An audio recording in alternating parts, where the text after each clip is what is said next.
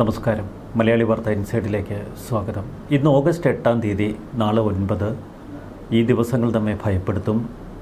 2018 മഹാപ്രളയ ഓർമ്മ, 2019 വലിയ ദുരന്തം. തുടർന്നുള്ള വർഷങ്ങളിലും ഓഗസ്റ്റ് 8, 9 തീയതികൾ നമ്മെ ഭയപ്പെടുത്തിയിട്ടുണ്ട്. ഇന്ന് കേന്ദ്ര കാലാവസ്ഥാ കേന്ദ്രത്തിൻ്റെ ഒരു മുന്നറിയിപ്പ്: തെക്ക് പടിഞ്ഞാറൻ ബംഗാൾ ഉൾക്കടലിനും വടക്കൻ ഒഡീഷയ്ക്ക് മുകളിലായി ന്യൂനമർദ്ദം രൂപപ്പെട്ടുവെന്നാണ് ഈ വാർത്ത. ഇതിൻ്റെ ഫലമായി കേരളത്തിൽ ഓഗസ്റ്റ് 8 മുതൽ 12 വരെയുള്ള ദിവസങ്ങളിൽ അതിശക്തമായ മഴയ്ക്ക് സാധ്യതയുള്ളതായി കേന്ദ്ര കാലാവസ്ഥാ വകുപ്പ്. ഓഗസ്റ്റ് 8, 9 തീയതികളിൽ ഒറ്റപ്പെട്ട സ്ഥലങ്ങളിൽ ശക്തമായ മഴയ്ക്കും കേരള ലക്ഷദ്വീപ് തീരങ്ങളിൽ മണിക്കൂറിൽ 40 മുതൽ 60 കിലോമീറ്റർ വരെ വേഗത്തിൽ ശക്തമായ കാറ്റിനും സാധ്യതയെന്നാണ് കാലാവസ്ഥാ മുന്നറിയിപ്പ്. മുന്നറിയിപ്പിൻ്റെ പശ്ചാത്തലത്തിൽ വിവിധ ജില്ലകളിൽ കാലാവസ്ഥാ വകുപ്പ് ഓറഞ്ച്, മഞ്ഞ അലർട്ടുകൾ പ്രഖ്യാപിച്ചു. ശനിയാഴ്ച പത്തനംതിട്ട, ആലപ്പുഴ, കോട്ടയം, കോഴിക്കോട്, വയനാട്, കണ്ണൂർ, കാസർഗോഡ് എന്നീ 7 ജില്ലകളിൽ ഓറഞ്ച് അലർട്ട്. തിരുവനന്തപുരം, കൊല്ലം, ഇടുക്കി, എറണാകുളം, തൃശൂർ, പാലക്കാട്, മലപ്പുറം ജില്ലകളിൽ മഞ്ഞ അലർട്ടും പ്രഖ്യാപിച്ചു.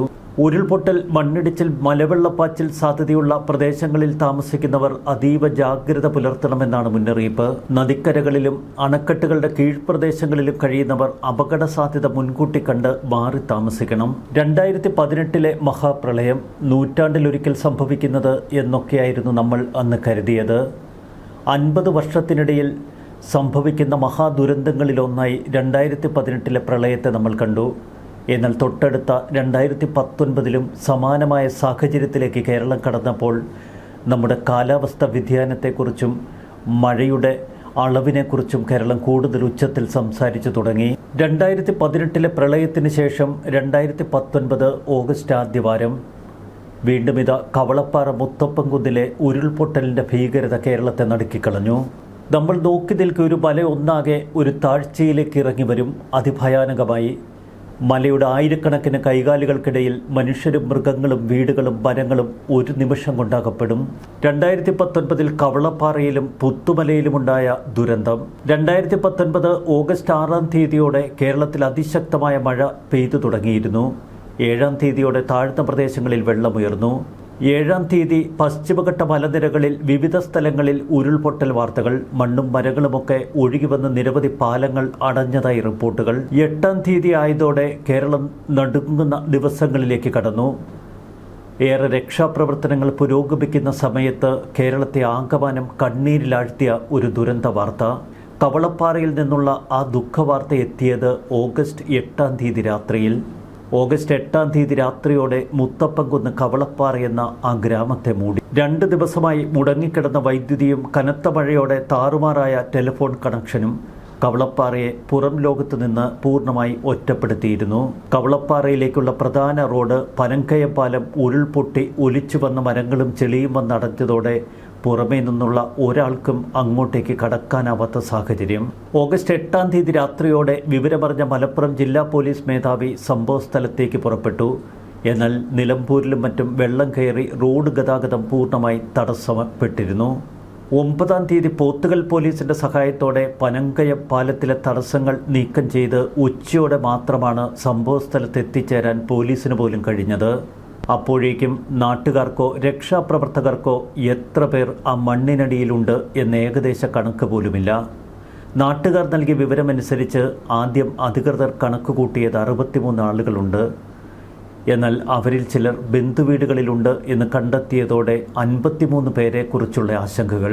ഓഗസ്റ്റ് 8-ാം തീയതി രാത്രിയാണ് മുത്തപ്പൻകുന്ന് വലിയൊരു ഇടിവെട്ടുന്ന ശബ്ദത്തോടെ കവളപ്പാറയെ മൂടുന്നത്. പുറത്തുനിന്ന് ഒരാൾക്ക് പോലും എത്തിപ്പെടാനുള്ള സാഹചര്യം അവിടെയില്ല.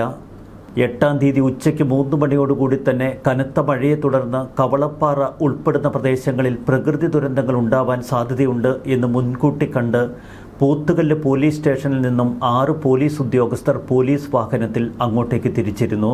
എന്നാൽ ഈ സമയം കവളപ്പാറ തോട് കരകവിഞ്ഞൊഴുകുന്നു. ആ പ്രദേശത്തേക്കുള്ള വഴി പൂർണ്ണമായി അടഞ്ഞു കിടക്കുന്നു. തുടിമുട്ടി കവളപ്പാറ റോഡിൽ മലവെള്ളപ്പാച്ചിൽ. ഈ സമയം തന്നെ തുടിമുട്ടി ഭാഗത്ത് ചാലിയാറിൽ നിന്ന് വെള്ളം കയറി. 6 പോലീസുകാർ നാട്ടുകാരുടെ സഹായത്തോടെ അവിടെ എത്തി 150ഓളം ആളുകളെ രക്ഷപ്പെടുത്തി. 2 ദിവസമായി വൈദ്യുതിയില്ല. ഉരുൾപൊട്ടൽ എന്ന് ദുരന്തം അവശേഷിപ്പിച്ചത് ഭീതിതമായ കാഴ്ചകൾ. വെള്ളത്തിൽ കുതിർന്ന മണ്ണിൽ തെരച്ചിലിനായി കൊണ്ടുവന്ന JCB ആണ്ടുപോകുന്നു. കനത്ത മഴയും ഇടയ്ക്കിടയ്ക്ക് വീണ്ടും മണ്ണിടിച്ചിലും. പിന്നീട് ദിവസങ്ങളോളം നീണ്ടുനിന്നു മൃതദേഹങ്ങൾക്ക് വേണ്ടിയുള്ള തെരച്ചിൽ. ഒരു വശത്ത് മഴ നിർത്താതെ പെയ്യുന്നു, മറുവശത്ത് മണ്ണിടിച്ചിൽ തുടരുന്നു. വെള്ളത്തിൽ കുതിർന്ന മണ്ണിൽ ഹിറ്റാച്ചി ഇറക്കുന്നതും രക്ഷാപ്രവർത്തകർക്ക് തിരച്ചിൽ നടത്തുന്നതും കൂടുതൽ അപകടകരമായി മാറിയ നാളുകൾ. സംഭവത്തിന്റെ ആഴം പുറം ലോകത്തേക്ക് അറിഞ്ഞ് തുടങ്ങിയത് തന്നെ ദിവസങ്ങൾക്ക് ശേഷം. മുമ്പ് വീടുകൾ നിന്നിരുന്ന സ്ഥലം നാട്ടുകാർ കാട്ടിക്കൊടുക്കും രക്ഷാപ്രവർത്തകർക്ക്. എന്നാൽ പല വീടുകളുടെയും അവശിഷ്ടങ്ങൾ 200 മീറ്റർ അപ്പുറത്തേക്ക് ഒഴുകിപ്പോയ നിലയിൽ. പല മൃതദേഹങ്ങളും മീറ്ററുകളോളം മാറിക്കിടക്കുന്നു. 2019 ഓഗസ്റ്റ് 8-നും 9-നും കനത്ത മഴയെ തുടർന്ന് രൂക്ഷമായ വെള്ളപ്പൊക്കം വയനാട് ജില്ലയെ ബാധിച്ചിരുന്നു. കനത്ത മഴയുടെ സാഹചര്യത്തിൽ സുരക്ഷാ നടപടിയുമായി കേരള സർക്കാർ റെഡ് അലർട്ട് പ്രഖ്യാപിച്ചു.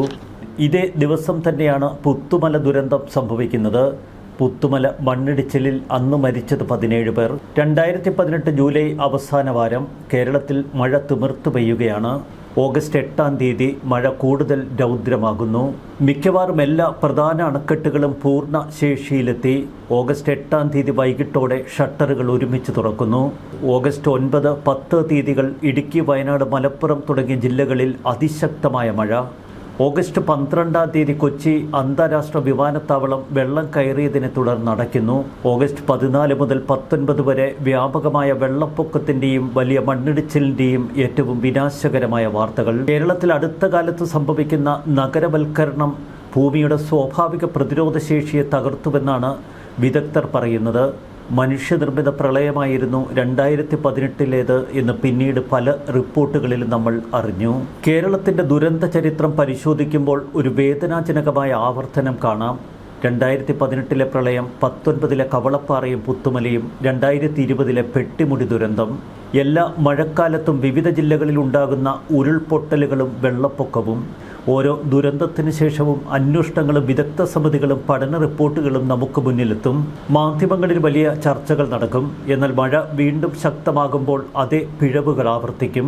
ദുരന്ത നിവാരണം എന്നത് രക്ഷാപ്രവർത്തനം മാത്രമല്ല, അപകട സാധ്യത മുൻകൂട്ടി തിരിച്ചറിയൽ, ജനങ്ങളെ സമയബന്ധിതമായി സുരക്ഷിത കേന്ദ്രങ്ങളിലേക്ക് മാറ്റൽ, ശാസ്ത്രീയമായ ഭൂവിനിയോഗ നയം, നദികളുടെയും നന്നീർത്തടങ്ങളുടെയും സ്വാഭാവിക ഒഴുക്കുകൾ സംരക്ഷിക്കൽ, മലഞ്ചെരിവുകളിലെ അനിയന്ത്രിത നിർമ്മാണങ്ങൾ നിയന്ത്രിക്കൽ തുടങ്ങിയ ഒട്ടനവധി ഘടകങ്ങളുണ്ട്. 2018 മഹാപ്രളയത്തിൽ നമ്മുടെ രക്ഷകരായി എത്തിയത് കേരളത്തിൻ്റെ മത്സ്യത്തൊഴിലാളികൾ. അവരുടെ ഇടപെടൽ കേരളത്തിൻ്റെ സാമൂഹിക ചരിത്രത്തിലെ ഏറ്റവും വലിയ മനുഷ്യസ്നേഹ ഇടപെടലുകളിലൊന്നാണ്. കടലിൻ്റെ സ്വഭാവം വായിച്ചറിയുന്ന അവരുടെ അനുഭവം പ്രളയജലത്തിലും ജീവൻ രക്ഷിക്കാൻ അവരെ പ്രാപ്തരാക്കി. അന്ന് പത്തനംതിട്ടയിലെ റാന്നി ഉൾപ്പെടെയുള്ള മേഖലകളിലേക്ക് മത്സ്യത്തൊഴിലാളികൾ രക്ഷാകരങ്ങളുമായി എത്തിയ കാഴ്ച ഇപ്പോഴും കേരളത്തിൻ്റെ മനസ്സിലുണ്ട്. 2018 മഹാപ്രളയ സമയത്ത് കേരളത്തിലെ മിക്ക ജില്ലകളിലും വെള്ളപ്പൊക്കം, മലയോര മേഖലകളിൽ ഉരുൾപൊട്ടലും മണ്ണിടിച്ചിലും. അണക്കെട്ടുകളിലെ ജലനിരപ്പ് ക്രമാതീതമായി ഉയർന്നു. അവയുടെ ഷട്ടറുകൾ തുറന്നുവിട്ടത് വെള്ളപ്പൊക്കത്തിന്റെ ആക്കം കൂട്ടി. ചരിത്രത്തിലാദ്യമായാണ് കേരളത്തിലെ 54 അണക്കെട്ടുകളിൽ 35 എണ്ണവും തുറന്നുവിടേണ്ടി വന്നത്. 26 വർഷത്തെ ഇടവേളയ്ക്ക് ശേഷം ചെറുതോണി അണക്കെട്ടിന്റെ 5 ഷട്ടറുകൾ ഒരുമിച്ച് തുറന്നു. അതിശക്ത മഴയിൽ വയനാട് ജില്ല പൂർണ്ണമായി ഒറ്റപ്പെട്ടു. നദികൾ കരകവിഞ്ഞൊഴുകിയത് റോഡ്, റെയിൽ, വ്യോമ ഗതാഗത ശൃംഖലകളെ പ്രതികൂലമായി ബാധിച്ചു. 99 വെള്ളപ്പൊക്കമെന്നറിയപ്പെട്ട 1924 പ്രളയത്തിന് ശേഷം കേരളത്തിലുണ്ടായ ഏറ്റവും വലിയ പ്രളയം. പ്രളയത്തിലും ഉരുൾപൊട്ടലിലും ഏകദേശം 483 പേർ അന്ന് മരിച്ചു. 14 പേരെ കാണാതായി. 140 പേർ ഗുരുതരമായ പരിക്കുകളോടെ പിന്നീട് ചികിത്സയിൽ തുടർന്നു. 3,91,494 ലക്ഷം കുടുംബങ്ങളിൽ നിന്നായി 14,50,707 ആളുകൾ ദുരിതാശ്വാസ ക്യാമ്പുകളിൽ ജീവിക്കേണ്ട അവസ്ഥ.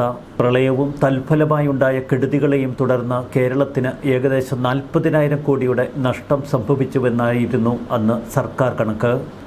2018 ജൂലൈ ഓഗസ്റ്റിൽ തെക്ക് പടിഞ്ഞാറൻ കാലവർഷക്കാലത്ത് ഉയർന്ന അളവിൽ മഴ പെയ്തതിൻ്റെ ഫലമാണ് 2018 മഹാപ്രളയമെന്ന് വിദഗ്ധർ പറയുന്നു. അന്തർ സംസ്ഥാന അണക്കെട്ടുകളുടെ ഏകോപനമില്ലായ്മ, ഒട്ടനവധി മേഘവിസ്ഫോടനങ്ങൾ, അന്തരീക്ഷത്തിലെ ന്യൂനമർദ്ദം, പാടങ്ങൾ മണ്ണിട്ട് നികത്തുക എന്നിവയൊക്കെ പ്രളയത്തിന്റെ പല കാരണങ്ങളിൽ ചിലത്. കേരളത്തിലെ ജനസാന്ദ്രത ചതുരശ്ര കിലോമീറ്ററിന് 859 ആണെങ്കിൽ ദേശീയ ജനസാന്ദ്രത വെറും 382 മാത്രം. കേരളത്തിലെ ഏകദേശം 10% പ്രദേശമെങ്കിലും സമുദ്രനിരപ്പിന് താഴെ സ്ഥിതി ചെയ്യുന്നു. 41 നദികൾ അറബിക്കടലിലേക്ക് ഒഴുകുന്നു. ഈ നദികളിലെല്ലാം കൂടി ഏകദേശം 54 ജലസംഭരണികൾ. ഇടുക്കിയിൽ ജലനിരപ്പ് ഉയർന്നിട്ടും ഷട്ടറുകൾ തുറക്കാൻ വൈകിയതാണ് പെരിയാറിന്റെ തീരങ്ങളെയും കൊച്ചി നഗരത്തിന്റെ ഭാഗങ്ങളെയും പൂർണ്ണമായി ജലത്തിനടിയിലാക്കിയത്. തമിഴ്നാടിന്റെ നിയന്ത്രണത്തിലുള്ള അപ്പർ ഷോളയാർ, പറമ്പിക്കുളം ഡാമുകളുടെ ഷട്ടർ തുറക്കുന്ന വിവരം യഥാസമയം കേരളം അറിയാതെ പോയി. എന്നും നെഞ്ചിലെ തീയാണ് 2018 പ്രളയം. ഒപ്പം 2019 2020 പ്രളയ സമാനമായ സാഹചര്യം ഉണ്ടാകുന്നതും ഓഗസ്റ്റ് 8 മുതൽ 12 വരെയുള്ള ദിവസങ്ങളിൽ. അത് കേരളത്തിൻ്റെ നെഞ്ചിടിപ്പ് ഉയർത്തുന്നു. ന്യൂസ് ഡെസ്ക് മലയാളി വാർത്ത.